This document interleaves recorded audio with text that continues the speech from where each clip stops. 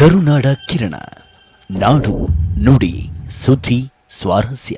2023ರಲ್ಲಿ women's reservation bill, Nari Shakti ವಂದನ ಅಧಿನಿಯಮ 2023ಯಲ್ಲಿ ಆದರಣೀಯ ನರೇಂದ್ರ ಮೋದಿಜಿಯವರ ನೇತೃತ್ವದಲ್ಲಿ pass ಆಯಿತು.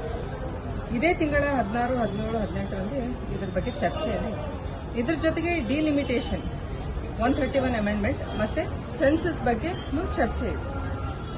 ಒಂದು ದುರಂತಾನೆ ಅಂತ ಅನ್ಕೊಂತೀನಿ ನಾನು. ಕಾಂಗ್ರೆಸ್ ಪಕ್ಷ ಏನಿದೆ ಈ ದೇಶಕ್ಕೆ ಒಂದು ಶಾಪ. ಮಹಿಳಾ ವಿರೋಧಿ ಕಾಂಗ್ರೆಸ್ ಪಕ್ಷ ಇವತ್ತಿಗೆ ಅಲ್ಲ, ಇತಿಹಾಸ ಗವಾಹೆ ಅಂತ ಹೇಳ್ತೀವಿ. ಯಾವಾಗ 1952 ಅಲ್ಲಿ ನಮ್ಮ ಅಂಬೇಡ್ಕರ್ ಜಿಯವರು, ಬಾಬಾ ಸಾಹೇಬ್ ಅಂಬೇಡ್ಕರ್ ಜಿಯವರು ಹಿಂದೂ ಕೋಡ್ ಬಿಲ್ ಅನ್ನ ತಗೊಂಡು ಬಂದಿದ್ರು. ಅವಾಗೂ ಸಹ ಜವಾಹರ್ಲಾಲ್ ನೆಹರು ಅವರು ಇದೇ ಕಾಂಗ್ರೆಸ್ ಪಕ್ಷದ ಪ್ರಧಾನಮಂತ್ರಿ, ಅವರು ಈ ವೆಂಟ್ ಅಗೇನ್ಸ್ಟ್ ದಿಸ್ ಬಿಲ್. ಅವಾಗ ಬಾಬಾ ಸಾಹೇಬ್ ಅಂಬೇಡ್ಕರ್ ಜಿ ಅವರಿಗೆ ಮನಸ್ಸಿಗೆ ಬಹಳ ಒಂದು ಆಘಾತ ಆಯಿತು. ಅವಾಗ ರಾಜೀನಾಮೆ ಕೊಟ್ಟರು. ಅಷ್ಟೇ ಅಲ್ಲ, 30 ವರ್ಷ ಆಯಿತು ಈ ಬಿಲ್ ಅನ್ನ ನಮ್ಮ ಸಂಸದಲ್ಲಿ ಸತತವಾಗಿ ತಗೊಂಡು ಬರ್ತಾ ಇದ್ದಾರೆ. ಇಲ್ಲಿನ ಕರ್ನಾಟಕದ ಮಣ್ಣಿನ ಮಗ ಆದ ಆದರಣೀಯ ದೇವೇಗೌಡರವರು 1996 ಅಲ್ಲಿ ಈ ಬಿಲ್ ಅನ್ನ ತಗೊಂಡು ಬಂದರು. ಅವಾಗೂ ಸಹ ವಿರೋಧ ಪಕ್ಷದವರು ಇದಕ್ಕೆ ಸಹಕರಿಸಿಲ್ಲ. ಅದಾದ್ಮೇಲೆ 1998, 1999 ಅಲ್ಲಿ ಅಟಲ್ ಬಿಹಾರಿ ವಾಜಪೇಯಿ ಅವರು ತಗೊಂಡು ಬಂದರು. ಅವಾಗೂ ಸಹ ಅದಕ್ಕೆ ಕಂಪ್ಲೀಟ್ ಸಪೋರ್ಟ್ ಕೊಟ್ಟಿಲ್ಲ. 2002, 2003 ಅಲ್ಲಿ ಮತ್ತೆ ತಗೊಂಡು ಬಂದ್ರು, 2010 ಅಲ್ಲಿ ತಗೊಂಡು ಬಂದ್ರು. ಇದೇ ಸಮಾಜವಾದ ಪಾರ್ಟಿ, ಇದೇ ಬೇರೆ ಬೇರೆ INDI ಒಕ್ಕೂಟ ಏನಿದೆ, ಕಾಂಗ್ರೆಸ್ ಲೆಡ್ ಒಕ್ಕೂಟ ಏನಿದೆ, ಇವರೇ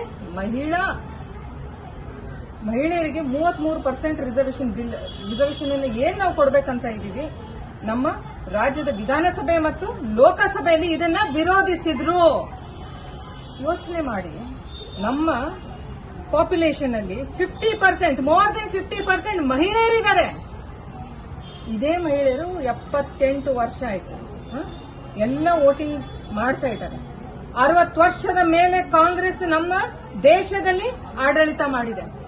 ಈ ಕಾಂಗ್ರೆಸ್ಗೆ ಸಪೋರ್ಟ್ ಮಾಡೋರು ಯಾರು? 50% ಮಹಿಳೆಯರಿದ್ರೆ ಇವರು ವೋಟ್ ಮಾಡಿಲ್ವಾ ಇವರಿಗೆ? ಎಷ್ಟಿದೆ ನಮ್ಮ ಮಹಿಳಾ ಪಾರ್ಲಿಮೆಂಟೇರಿಯನ್ಸ್ ಅಥವಾ ಶಾಸಕರ ಸಂಖ್ಯೆ? It is less than 13% in the Lok Sabha, it is less than 10% in the ವಿಧಾನಸಭಾ.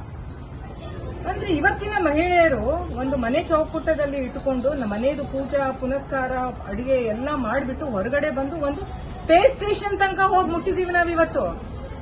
Operation Sindoor, army, navy, take it for air force ಎಲ್ಲವನ್ನ ನಮ್ಮ ವುಮೆನ್ ಆಫೀಸರ್ಸ್ ಲೀಡ್ ಮಾಡಿದ್ದಾರೆ. ಚಂದ್ರಯಾನ 2 ಅಲ್ಲಿ both the ladies, mission project director ಮತ್ತೆ ಮಿಷನ್ ಡೈರೆಕ್ಟರ್ ಇಬ್ರು ಸಹ ladies ಇದ್ದಾರೆ. ಅಷ್ಟೇ ಅಲ್ಲ, ನಮ್ಮ ಮಹಿಳೆಯರಿಗೆ ಇವಾಗ ಕ್ಯಾನ್ಸರ್, ಸರ್ವೈಕಲ್ ಕ್ಯಾನ್ಸರ್ಗೂ ಸಹ ಕಂಪ್ಲೀಟ್ ಆಗಿ ಫ್ರೀ ವ್ಯಾಕ್ಸಿನೇಷನ್ ಕೊಡ್ತಾ ಇರೋದು ಆದರಣೀಯ ನರೇಂದ್ರ ಮೋದಿಜಿ ಅವರು. ಪಾಪ ಬಹಳ ರಿಕ್ವೆಸ್ಟ್ ಮಾಡ್ಕೊಂಡ್ರು ಮೋದಿಜಿ, ನನಗೆ ಇದಕ್ಕೆ ನೀವು ಕ್ರೆಡಿಟ್ ಹೋಗುತ್ತೆ ಅಂತ ಹೇಳಿಬಿಟ್ಟು ದೇಶದ ಮಹಿಳೆಯರಿಗೆ ಅನ್ಯಾಯ ಮಾಡಬೇಡಿ ನೀವು ಅಂತ ಕೇಳ್ಕೊಂಡ್ರು. ನಾನು ಕಂಪ್ಲೀಟ್ ಆಗಿ ಕ್ರೆಡಿಟ್ ನಿಮ್ಗೆ ಕೊಡ್ತೀನಿ, ಅದು ಬ್ಲಾಂಕ್ ಚೆಕ್ ಕೊಡ್ತೀನಿ. ಇವತ್ತು ಎಲ್ಲ ಪತ್ರಿಕಾಗಳಲ್ಲಿ ನಿಮ್ಮ ಫೋಟೋಗಳನ್ನೇ ಹಾಕಿದ್ದೀನಿ, ನೀವೇ ಮಾಡಿದೀರಾ ಅಂತ ಹೇಳ್ತೀನಿ.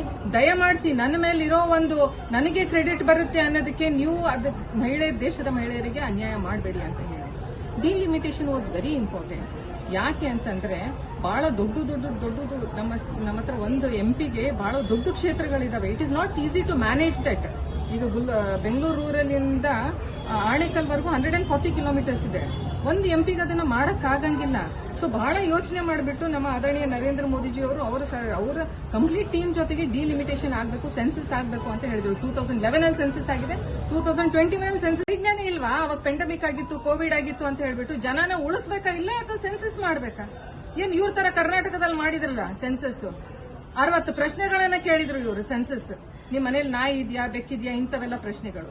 ಈ ತರ ಸೆನ್ಸಸ್ ಮಾಡಬೇಕು. ಸೊ ಕೇಂದ್ರ ಸರ್ಕಾರ ಏನೇ ಕೆಲಸ ಮಾಡಿದ್ರು ಒಂದು ಬಹಳ ಒಂದು ಪ್ರೋಟೋಕಾಲ್ ಪ್ರಕಾರ, ಒಂದು ಆರ್ಗನೈಸ್ಡ್ ವೇ ಅಲ್ಲಿ ಬಹಳ ಎಲ್ಲರಿಗೂ ನ್ಯಾಯವಾಗುವಂತ ಒಂದು ಕಲ್ಚರ್ ಅನ್ನು ಫಾಲೋ ಮಾಡ್ಕೊಂಡು ಬಂದಿದೆ.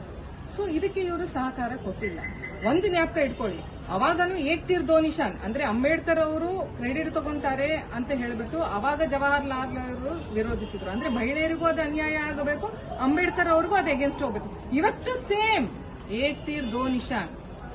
ಆದರಣೀಯ ನರೇಂದ್ರ ಮೋದಿಜಿ ಅವರಿಗೆ ಇದು ಕ್ರೆಡಿಟ್ ಹೋಗಬಾರದು, ಮತ್ತೆ ಮಹಿಳೆಯರು ಬರಬಾರದು. ಅಂದ್ರೆ ಇವ್ರದ್ದು ಏನು ಅಂತಂದ್ರೆ ಅದೇ ಅವ್ರದ್ದು ಒಂದು ಪರಿವಾರ, ಏನ್ ಡೈನೆಸ್ಟಿ ಫ್ಯಾಮಿಲಿ ಅಂತ ಇವ್ರು ಹೇಳ್ತಾರಲ್ಲ, ಅದೇ ಇಂದಿರಾ ಗಾಂಧಿ ಬರಬೇಕು, ಅದೇ ಸೋನಿಯಾ ಗಾಂಧಿ ಬರಬೇಕು, ಅದೇ ಪ್ರಿಯಾಂಕಾ ವಾದ್ರಾ ಬರಬೇಕು.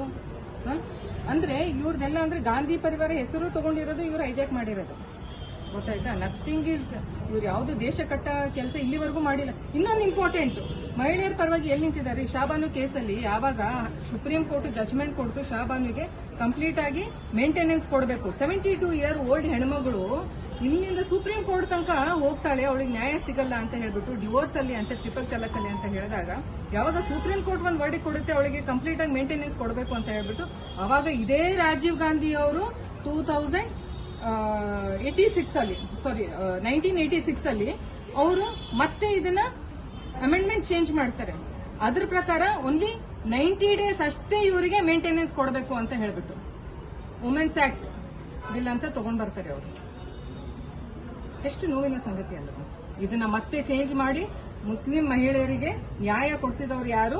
ಆದರಣೀಯ ನರೇಂದ್ರ ಮೋದಿಜಿಯವರ ಸರ್ಕಾರ. ಟ್ರಿಪಲ್ ತಲಾಕ್ ಅನ್ನ ರದ್ದು ಮಾಡಿ, ಇದು ಒಂದು ಅಫೆನ್ಸ್, ಕ್ರಿಮಿನಲ್ ಅಫೆನ್ಸ್, ಇದನ್ನ ನೀವು ಮಾಡಿದ್ರೆ ಜೈಲಲ್ಲಿ 3 ವರ್ಷ ನಿಮ್ಗೆ ಶಿಕ್ಷೆ ಆಗುತ್ತೆ ಅಂತ ಹೇಳಿದ್ರು. ಯಾವಾಗ್ಲೂ ಕಾಂಗ್ರೆಸ್ ಸರ್ಕಾರದವರು ಮಹಿಳಾ ವಿರೋಧಿನೇ ಇದ್ದಾರೆ, ಮಹಿಳಾ ವಿರೋಧಿನೇ ಇರ್ತಾರೆ. Yes, we are down, we are not out. ನಾವು ಬಂದೇ ಬರ್ತೀವಿ. ನಾವೇನು ಸಂಕಲ್ಪ ಮಾಡಿದೀವಿ 33% ರಿಸರ್ವೇಶನ್ ನಮ್ಮ ಮಹಿಳೆಯರಿಗೆ ಕೊಡ್ತೀವಿ ಅಂತ ಹೇಳ್ಬಿಟ್ಟು, ಮುಂಬರುವ ದಿನಗಳಲ್ಲಿ मोदी जी आप आगे बढ़ो, हम तुम्हारे साथ हैं। बोलो भारत माता की जय। बोलो भारत माता की जय। सन्मान्य श्री नरेंद्र मोदी जी ಅವರಿಗೆ जयवागले, ನರೇಂದ್ರ ಮೋದಿ ಜಿ ಅವರಿಗೆ जयवागले।